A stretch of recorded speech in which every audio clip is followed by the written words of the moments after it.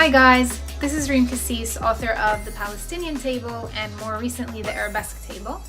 And we're here today in my pantry where we are going to be looking at some of the spices and ingredients going into our recipe for the day, which is Za'atar chicken schnitzel.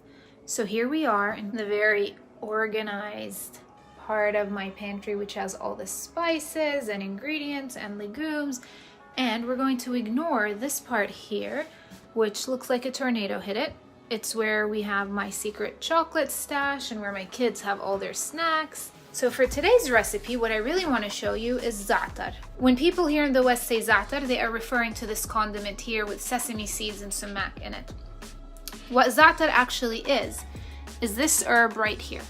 It's from the oregano family. It's an actual herb in its own right. We are also going to be using paprika here.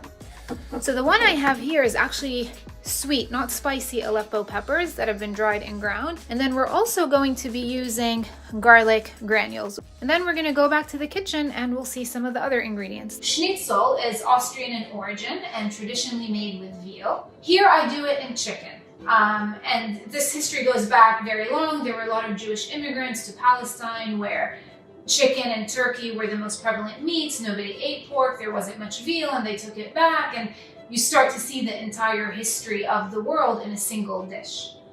But more than that, I mean, it's fried chicken. What's not to love there? And I get to sneak in some za'atar, which, as my mother always used to tell me, it's extremely healthy and makes you smart. I don't know, I eat a lot of it, I haven't seen much of a difference, but I know it tastes good. So why don't we get started? Here I have chicken breasts, which have some salt and olive oil and lemon on it. So first we're gonna add some soy sauce to the chicken. I'm going to add here a little bit of paprika. I mean, this is what I like to add to it, but it's totally up to you. You can do anything that you want. I like to use garlic granules a bit. It just gives it a nice sharp flavor, but it's not like using fresh garlic where it can burn. Since we do have za'atar in the crumb coating, I like to add a bit of dried za'atar leaves. I know these are very hard to come across, so it's totally fine to substitute dried marjoram, dried thyme, dried oregano. It's basically just the whole point is to have some herbs in there, which give the chicken a little bit more flavor. And this is where it gets super interesting and super easy. So what we're gonna do is we're gonna take an egg and we're gonna crack the egg right in the plate here. Okay? And then all you do is you mix all of it together. The egg is coating all of it, so there's no need to do one by one. There's no need to mess up another plate.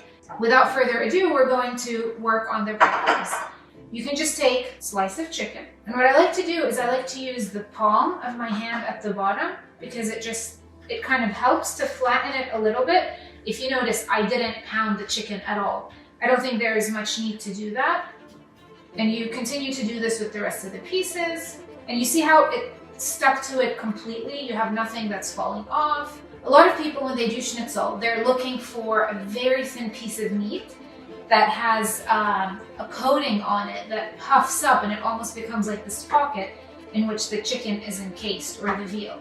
This is not what we're looking for here at all. And it's part of the reason I'm not doing the flour coating. What we're looking for here is a piece of chicken that is so crunchy, but it's almost like the crunch is just part of it. It's the skin of the chicken, if you will, and it's totally and completely attached to it. It doesn't come off. We're done. Not even 5 minutes. All right, so we're here. We're going to fry the schnitzel now. You can probably see I've got 2 corn kernels in there, and I know they pop at 350 degrees Fahrenheit, so once they pop, we'll know the oil is good to go.